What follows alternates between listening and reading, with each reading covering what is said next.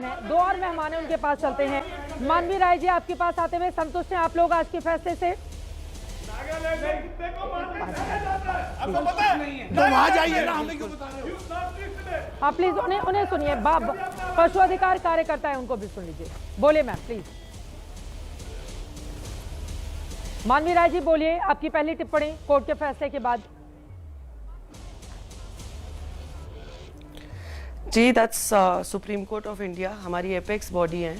उन्होंने पहले इस ऑर्डर को रिजर्व करा, फिर उसके बाद इस पे स्टे लगाया है, कुछ बहुत सोच समझ के, कुछ साइंटिफिक मुद्दों के बारे में सोच के और हर तरफ की भलाई का सोच के ये करा होगा।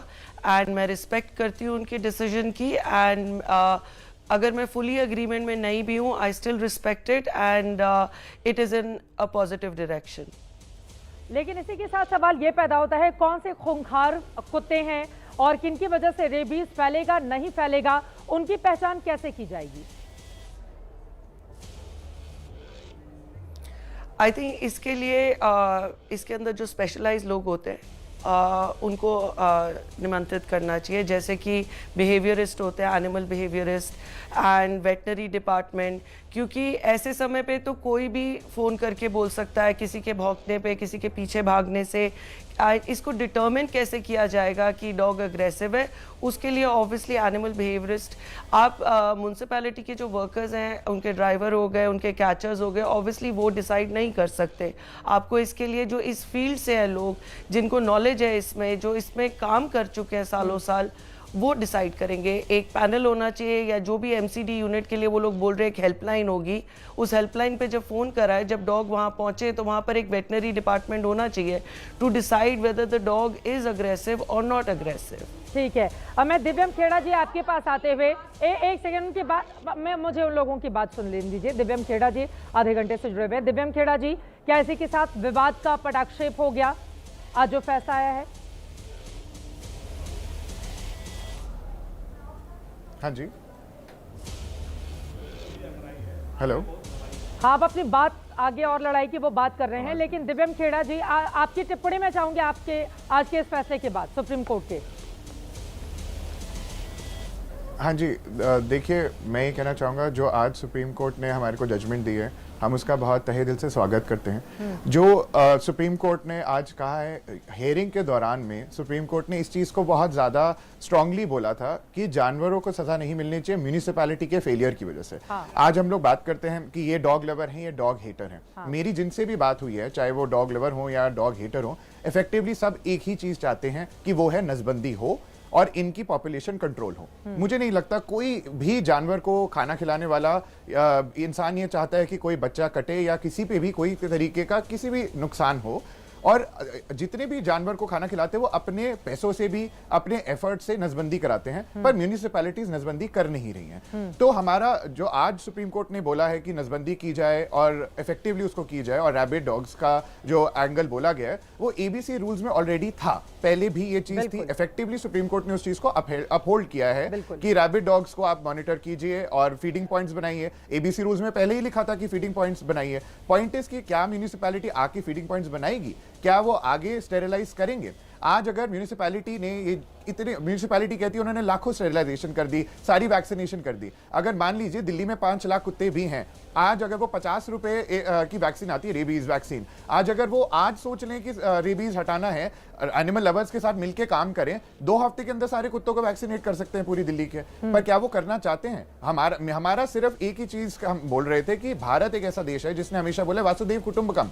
हजारों सालों से हम बोलते आए हैं कि सारे जीवों को उतना ही प्यार दीजिए, उतना ही इज्जत दीजिए। इंसान सर्वप्रिय है बिल्कुल, पर सारे जीवों को आप उनको नसबंदी कीजिए। हमारी तो यही मांग है, हम खुद सरकार से मांग रहे हैं, कीजिए नसबंदी। इस एनिमल ह्यूमन कॉन्फ्लिक्ट को रोकने का एक ही तरीका, आप उनकी नसबंदी कीजिए, पर शेल्टरों में डाल दो। जब आपसे चलानी नहीं जाए, 24-25 सालों में शेल्टरों के हाल बुरे हैं। जोधपुर में शेल्टर खोला गया, वीडियो वायरल हुई, छत से रोटियां, सूखी रोटियां फेंक रहे, कुत्ते आपस में लड़ रहे हैं।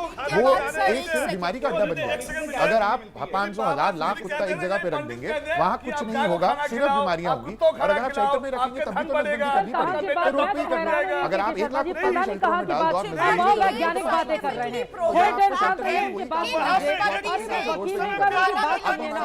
आपको तर्क नहीं करते हैं, हम को तर्क नहीं करते हैं। पंडितों पर शो थोड़ी ना कर रहे हैं, तर्कों पर शो कर रहे हैं ना। प्लीज एक बार उनकी बात हो जाए। किसी डॉग लवर को नहीं नहीं नहीं, मेरा ये सवाल है, आपने नहीं सुना सर। मेरा ये सवाल है और मैं बहुत गंभीर हूँ इस मुद्दे पर। देखिए, देश के सर्वोच्च अदालत का फैसला आ चुका है। मैं उन तक आवाज नहीं आ रही है। मैं स्टूडियो गेस्ट पर वापस लौटती हूँ। मेरा ये सवाल है, अब नोएडा की बहुत सारी सोसाइटी में हमारे पास शिकायत भी आती है, मैंने खुद भी देखा है। रात को 10-11 बजे कुत्तों का झुंड घूमता है। छोटे छोटे बच्चे जो खेलने के लिए जाते हैं, अचानक सारे कुत्ते उनके ऊपर दौड़ पड़ते हैं। सिक्योरिटी गार्ड खड़ा रहता है अपने अपने गेट पर। उन बच्चों की रक्षा कौन करेगा? उनकी सुरक्षा कौन सुनिश्चित करेगा अगर आवारा कुत्तों के काटने से किसी बच्चे की, किसी आदमी की जान, एक कबड्डी खिलाड़ी की जान चली गई? उसकी मौत का जिम्मेदार किसको माना जाएगा? किसको माना जाएगा? बताइए आप लोग। स्टेज पे मेरे हिसाब से कुछ क्लैरिफिकेशंस करने बहुत ज़रूरी हैं। सुप्रीम कोर्ट ने आज अपने ऑर्डर में बहुत खूबसूरत एक लाइन लिखी है, a balancing exercise is necessary. उन्होंने कहा है कि आप कुत्तों को जमा कीजिए, आप उन्हें स्टेरिलाइज कीजिए।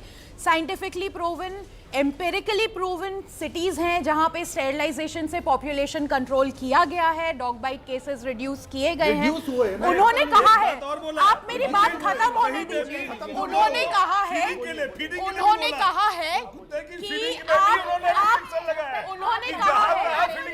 सर, उन्होंने कहा है कि आप जिसके घर के लोग मारे गए होंगे ना कुत्तों के काटने से, उनका दर्द भी थोड़ा महसूस कीजिए। जिनके घर के लोग मारे गए हैं, उनका भी दर्द थोड़ा महसूस कीजिए। उनकी कोई गलती नहीं थी, उनकी कोई गलती नहीं थी। उनका कौन सुनेगा? जो लेडी थी, जो यहाँ पे अभी लेडी बोल रही थी, आप उनका एक वीडियो देखिएगा, वो डॉग को बचाने जाती है। चित्रा, चित्रा बहुत इंटरेस्टिंग है ये, चित्रा ये बहुत इंटरेस्टिंग है जो मैं बताने वाला हूँ। ये जो अभी लेडी आई थी, आप इनका एक यूट्यूब पे वीडियो देखिए। ये एक डॉग को बचाने जाती है और 2 मिनट ये अपने साथी को कह रही है कि मैं इसके पास जाऊं ना जाऊं, ये मुझे तो नहीं कहीं काट लेगा।